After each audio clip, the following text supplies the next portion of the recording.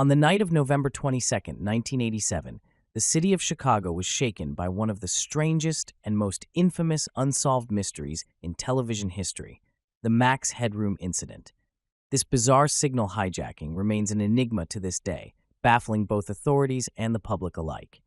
At 9:14 p.m., during WGN-TV's nightly news broadcast, viewers were abruptly cut off from the news as the screen flickered and went black. What replaced it was nothing short of surreal. A figure wearing a Max Headroom mask, a reference to the popular 1980s sci-fi AI character, appeared on the screen. Behind him was a rotating metal sheet, reminiscent of the wavy background used in the Max Headroom TV show, giving the broadcast an unsettling, dystopian feel. The hijacker swayed back and forth, staring into the camera, but the broadcast was silent. For about 30 seconds, the eerie figure dominated the screen before the WGN engineers managed to regain control. The station was left scrambling, unsure how such a hijacking had even occurred. Interrupting a major television broadcast required extensive technical knowledge. And at that time, it was virtually unheard of for someone to be able to hijack a television signal like this. However, what seemed like a one-off event was just the beginning. 2 hours later, at around 11:15 p.m., the hijacker struck again, this time during WTTW, a PBS station, as it aired an episode of Doctor Who. This second interruption was far more disturbing. Again, the figure in the Max Headroom mask appeared, but now he had audio, and his behavior was even more erratic. The masked figure spoke in a strange, distorted voice, mocking local sports anchor Chuck Swirsky, saying, "I think I'm better than Chuck Swirsky."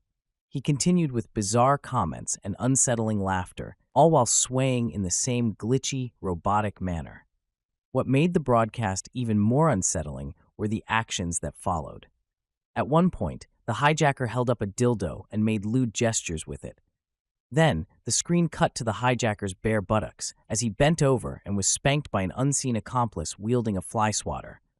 "Oh, they're coming to get me," he shouted, before the broadcast ended abruptly. The 90-second broadcast left viewers horrified and deeply confused. The interruption was grotesque, chaotic, and deeply unsettling. Unlike the WGN incident, WTTW engineers were unable to regain control of the broadcast until it had run its full course, likely due to the station's lack of technical resources. This strange invasion left an entire city wondering who could have done this and why. The FCC and the FBI immediately launched investigations into the incident, suspecting the hijacker had used a powerful transmitter to override the station's signals. But despite their efforts, the perpetrator was never caught. To pull off such a feat in the 1980s required significant technical expertise and equipment, leading some to believe the hijacker was someone deeply familiar with broadcasting technology, possibly even someone who worked within the industry. Various theories emerged, but none were conclusive. Some speculated it was an elaborate prank, others thought it might be an act of protest against corporate control of media. Some even believed it could have been a test for something larger, though no further hijackings of this nature occurred. Over the years, the Max Headroom incident has become an iconic piece of internet and broadcast folklore. The figure's creepy, erratic behavior, combined with the technical prowess required to pull off the signal hijacking, has kept this mystery alive. Today, more than 3 decades later, the identity of the masked hijacker remains unknown, and the true purpose behind the incident is still the subject of speculation. In the deep, shadowy corners of the internet lies one of the most disturbing and persistent legends, the grifter. Unlike the mysteries tied to tangible events or websites, the grifter is a piece of lost media, or perhaps it never existed at all. Yet its legend has sparked fear and fascination, painting it as one of the most sinister internet myths to ever emerge. The grifter is said to be a short video, deeply disturbing in nature, rumored to have surfaced sometime in the early 2000s. No verified copy of the video has ever been found, but the descriptions from those who claim to have seen it are haunting. According to internet lore, the video begins with seemingly innocent clips of children crying or playing in a dark room, but then the visuals grow darker, far more unsettling. People describe seeing grotesque, abstract faces twisting in agony, a menacing figure in the background, and muffled screams. The sound design is said to evoke a deep sense of dread, low, rumbling tones mixed with the occasional eerie laughter. What sets the grifter apart from other creepypastas or urban legends is the effect the video is rumored to have on its viewers. Those who claim to have watched it reported feelings of extreme unease, nausea, and in some cases, hallucinations. Some said they were haunted by nightmares for weeks after, and there are even more extreme tales that allege viewers have gone insane or even taken their own lives after watching the video. There are no known records of anyone posting a complete, legitimate version of the grifter, which only adds to its mystique. It has been widely speculated that the video was designed as a psychological experiment intended to push the limits of fear and human endurance. Some theorize it was an MK Ultra-style experiment, perhaps created by underground circles of the dark web to test the effects of psychological manipulation through media. Others dismiss it as simply an elaborate creepypasta, a fabricated horror story that gained traction due to its chilling nature. Still, the legend of the grifter persists, with the internet continuing to debate whether it ever existed at all. While it is easy to dismiss as just another internet myth, the fear it invokes in those who discuss it is real. Could such a video be lurking somewhere in the forgotten corners of the web, waiting to be discovered? Or is it simply a ghost story, passed around by those who wish to frighten others? In January 1959, a group of 9 experienced hikers from the Ural Polytechnical Institute in the Soviet Union set out on a challenging expedition into the remote and snow-covered Ural Mountains. Led by 23-year-old Igor Dyatlov, the team consisted of 8 men and 2 women, all of whom were seasoned in trekking through harsh conditions. Their goal was to reach Odorten, a mountain in the northern Ural region, through a route known to be extremely difficult. For them, it was an adventure, but it was one they would never complete. On January 28th, one of the hikers, Yuri Yudin, was forced to turn back due to health problems. The rest of the team, now down to 9, pressed on. The last entry in Dyatlov's diary was made on February 1st, the night they set up camp on the slopes of Kholat Syakhl, a mountain whose name ominously translates to Dead Mountain in the local Mansi language. The group pitched their tent on an exposed part of the slope, rather than the more sheltered forested area, possibly because they intended to push further the next day, but they never left the campsite. When the hikers did not return as scheduled on February 12th, family members began to worry, though delays were not uncommon in such conditions. However, as more days passed, the concern grew. On February 20th, a search and rescue operation was launched, which included volunteers, military, and police forces. On February 26, 1959, searchers found the hikers' tent on the slope of Kholat Syakhl. What they discovered was chilling. The tent had been ripped open from the inside, and the hikers had apparently fled in the middle of the night without their shoes, coats, or even basic protection against the freezing temperatures, which had dropped to -30 degrees Celsius and 22 Fahrenheit. Their belongings, food, and equipment were still inside the tent, but the group was nowhere to be found. Following the footprints in the snow, searchers found 2 bodies under a large cedar tree at the edge of the forest about 1.5 kilometers, 0.93 miles, from the tent. Both men, Yuri Krivonishenko and Georgy Doroshenko, were dressed only in their underwear, with no boots or outerwear, despite the frigid conditions.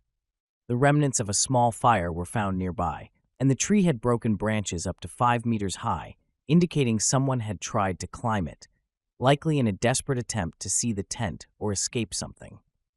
The discovery of the other bodies was just as puzzling. Over the next few days, Igor Dyatlov, Zina Kolmogorova, and Rustem Slobodin were found at varying distances between the tent and the tree, all appearing to have succumbed to hypothermia.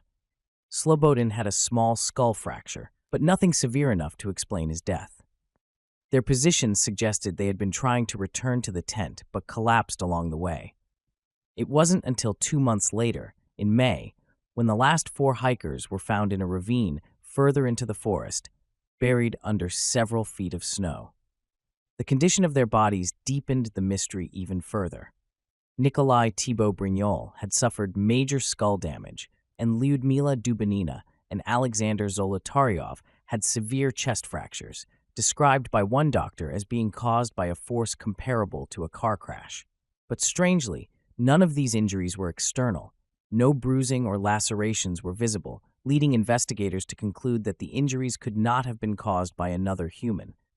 Dubinina was also missing her tongue, eyes, and part of her lips, adding a grotesque layer of mystery. It was initially thought that animals had scavenged her body, but the injuries were unusually precise. Adding to the enigma were strange details found at the site. The clothing of some of the victims was radioactive, though the source of the contamination was never determined.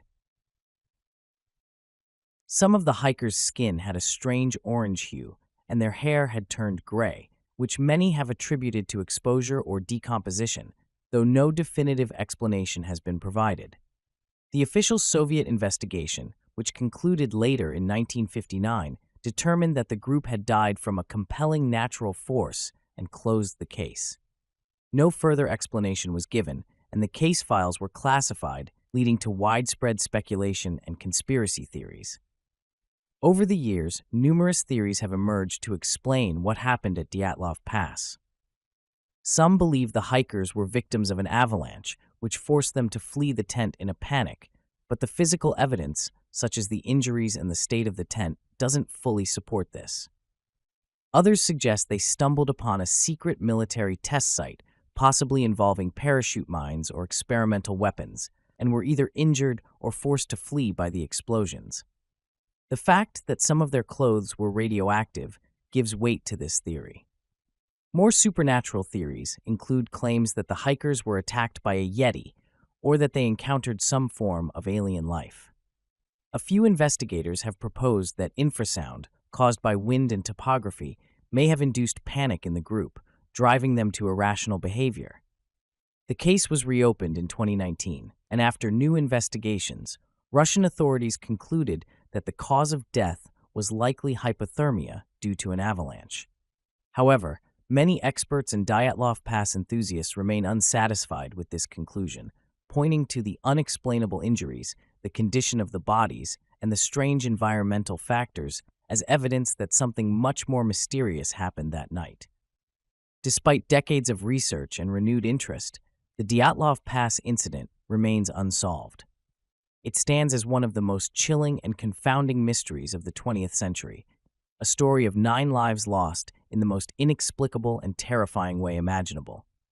To this day, the barren slopes of Kholat Syakhl keep their secrets, and the hikers' final moments are known only to the icy winds that howl through the Ural Mountains. On January 4, 2012, a strange message appeared on the internet, a cryptic image posted on 4chan/X board. The image contained a short message written in white text against a black background. Hello, we are looking for highly intelligent individuals. To find them, we have devised a test. There is a message hidden in this image. Find it, and it will lead you on the road to us. We look forward to meeting the few who will make it all the way through. Good luck. 3301. This message marked the beginning of one of the internet's greatest unsolved mysteries, Cicada 3301. At first glance, the image appeared ordinary, but those who knew how to investigate deeper realized there was a hidden message embedded within the image's code.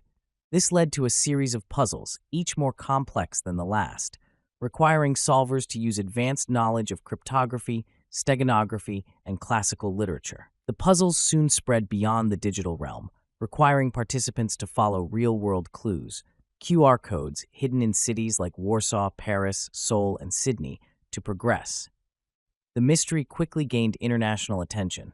Internet forums and cryptography communities scrambled to decode the clues, which referenced ancient texts such as the Liber al-Vel Legis by Aleister Crowley and books like the Mabinogion. It became clear that whoever was behind Cicada 3301 had an extensive understanding of cryptography, history, and culture. As participants solved the clues, they were met with even more intricate puzzles, often involving advanced mathematics and esoteric references. But what was the ultimate goal? Theories began to swirl. Some believed Cicada 3301 was a recruitment tool used by government agencies like the NSA or CIA, searching for brilliant cryptographers. Others thought it was tied to cyber espionage groups, or perhaps a hacktivist collective like Anonymous.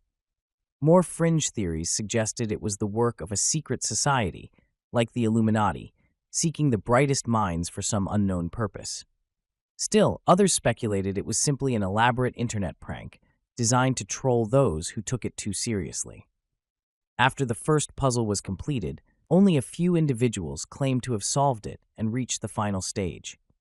These individuals received personal communications from Cicada 3301, asking them to continue to solve puzzles privately. The recruitment process, if that's what it was, seemed to move behind the scenes, and those who won were sworn to secrecy. For the rest of the world, the trail went cold. But the mystery didn't end there. In January 2013, exactly 1 year after the first image appeared, a second round of puzzles was released by Cicada 3301. The process repeated itself, with solvers racing to crack codes, follow leads, and uncover real-world clues. Yet again, only a select few reached the end, and again, the results were shrouded in secrecy. A third round of puzzles appeared in January 2014, but after that, Cicada 3301 vanished. No more puzzles have been released since, leaving the internet to speculate on their purpose, identity, and motives. Was it truly a recruitment drive? If so, for whom? And why the sudden disappearance? In the years since, there have been many hoaxes, with people claiming to be Cicada 3301 or attempting to recreate the puzzles. But the true nature of Cicada 3301 remains unsolved, and those behind it have never come forward.